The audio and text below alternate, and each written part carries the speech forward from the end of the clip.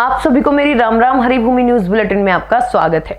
आज की वीडियो में हम सबसे पहले बात करते हैं हिसार की। यहां कैंट स्थित मिलिट्री स्टेशन पर एक्स सर्विसमैन रैली में साउथ वेस्टर्न कमांड के लेफ्टिनेंट जनरल मनजिंदर सिंह ने ऑपरेशन सिंदूर को लेकर बड़ा खुलासा कर बताया कि इस ऑपरेशन के दौरान भारतीय सेना लंबी लड़ाई के लिए पूरी तरह तैयार थी और एक्स सर्विसमैन की लिस्ट भी बना ली गई थी, लेकिन लड़ाई बहुत जल्दी समाप्त हो गई। लेफ्टिनेंट जनरल मनजिंदर सिंह ने कहा कि आतंकवादी हमले के बाद देश सैनिक कार्रवाई की तरफ देख रहा था। सेना ने एक लंबी लड़ाई की तैयारी कर रखी थी, लेकिन ऑपरेशन सिंदूर के दौरान सिर्फ 19 घंटे में ही दुश्मन ने घुटने टेक दिए थे। लेफ्टिनेंट जनरल ने युद्ध के संदर्भ में भूतपूर्व सैनिकों की भूमिका पर जोर दिया। उन्होंने कहा कि मान लीजिए अगर रूस यूक्रेन युद्ध की तरह लड़ाई लंबी चलती तो एक्स सर्विसमैन की जरूरत पड़ती। उन्होंने बताया कि अब से जो भी सैनिक रिटायर्ड होंगे वो रिजर्व बेस पर रिटायर्ड होंगे और उनका कमिटमेंट 5 साल तक रहेगा। ये ट्रेंड मैन पावर देश सेवा में वापस आ सकता है और ऑपरेशन सिंदूर के दौरान भी कई भूतपूर्व सैनिक खुद वॉलंटियर करके देश सेवा के लिए आगे आए थे, जिनकी एक लिस्ट तैयार की गई थी। और लेफ्टिनेंट जनरल सिंह ने कहा कि अब लड़ाई का तरीका बदल गया है। पहले लड़ाई सिर्फ मिलिट्री लड़ती थी, लेकिन अब इसे नॉन कॉन्टैक्ट वारफेयर और कॉन्टैक्ट वारफेयर कहा जाता है। उन्होंने साइबर अटैक का उदाहरण देते हुए कहा कि आज की लड़ाई में पूरा देश शामिल होता है और इसलिए सिविल और मिलिट्री को मिलकर काम करना पड़ता है। सेना की तैयारियों पर बोलते हुए उन्होंने कहा कि सेना अपने अलग से 20 अस्पताल बनाएगी जहां एक सर्विसमैन इलाज करा सकेंगे। साथ ही 70 वर्ष से अधिक उम्र के पूर्व सैनिकों को घर तक मेडिकल सुविधाएं पहुंचाने का कार्य भी किया जा रहा है।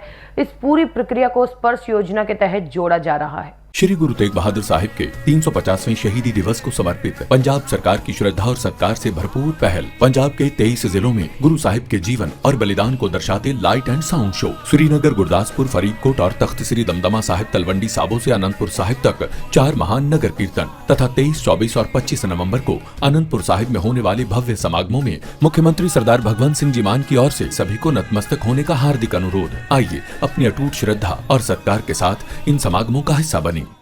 अब बात करते हैं सोनीपत की। यहां भारत के मुख्य न्यायाधीश सूर्यकांत ने शनिवार को सोनीपत स्थित ओपी जिंदल ग्लोबल यूनिवर्सिटी में कानून के छात्रों को महत्वपूर्ण सीख दी।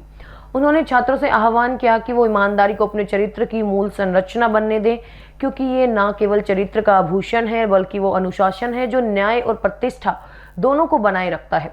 सीजेआई सूर्यकांत ने न्यायपालिका की स्वतंत्रता और नागरिक अधिकारों के व्यापक परिप्रेक्ष्य विषय पर बोलते हुए छात्रों से कहा, संविधान तभी तक रहेगा जब तक आपकी नैतिकता इसे बरकरार रखती है।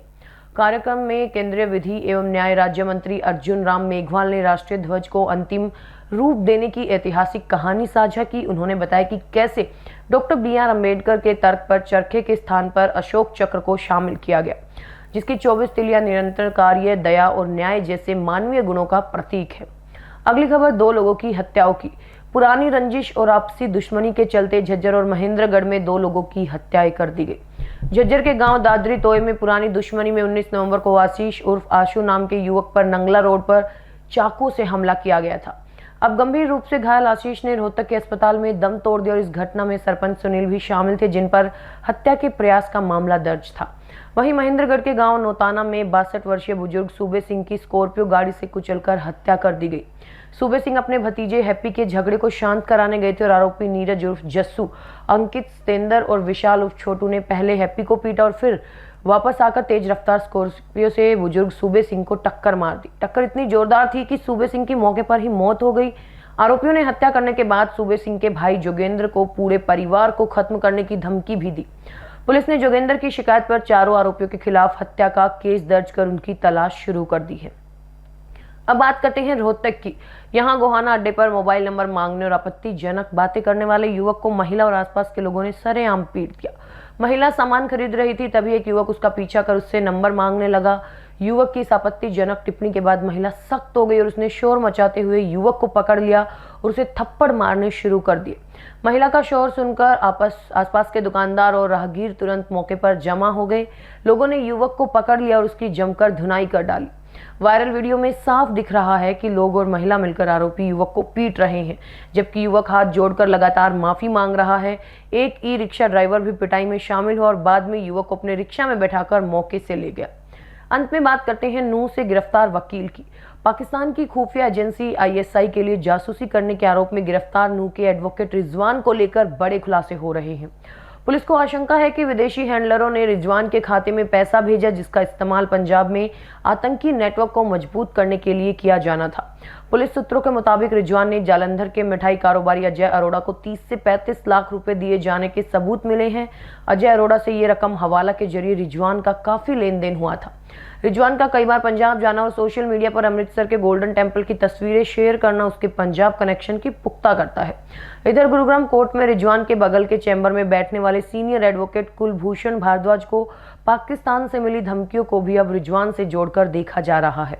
हिंदू संगठनों से जुड़े भारद्वाज को 3 बार धमकियां मिलने के बाद स्वेट कमांडो की सिक्योरिटी मिली है और सरकारी एडवोकेट विजय सहरावत ने बताया कि रिजवान और अजय अरोड़ा दोनों 8 दिन के पुलिस रिमांड पर हैं। पुलिस दोनों के पाकिस्तान कनेक्शन और अजय अरोड़ा के संपर्क में रहने वाले लोगों से पूछताछ कर रही है। पड़ोसी वकील भारद्वाज ने आशंका जताई है कि रिजवान ने ही उनकी निजी डिटेल्स धमकी देने वालों तक पहुंचाई होगी। हरियाणा की ऐसी ही मुख्य खबरों से जुड़े रहने के लिए हमारे चैनल पर बने रहिए। वीडियो अगर पसंद आई हो तो उसे लाइक करें, शेयर करें, सब्सक्राइब करें। खबर को अगर विस्तार से जानना है तो हरिभूमि अखबार पढ़ें या फिर हरिभूमि वेबसाइट पर जाएं।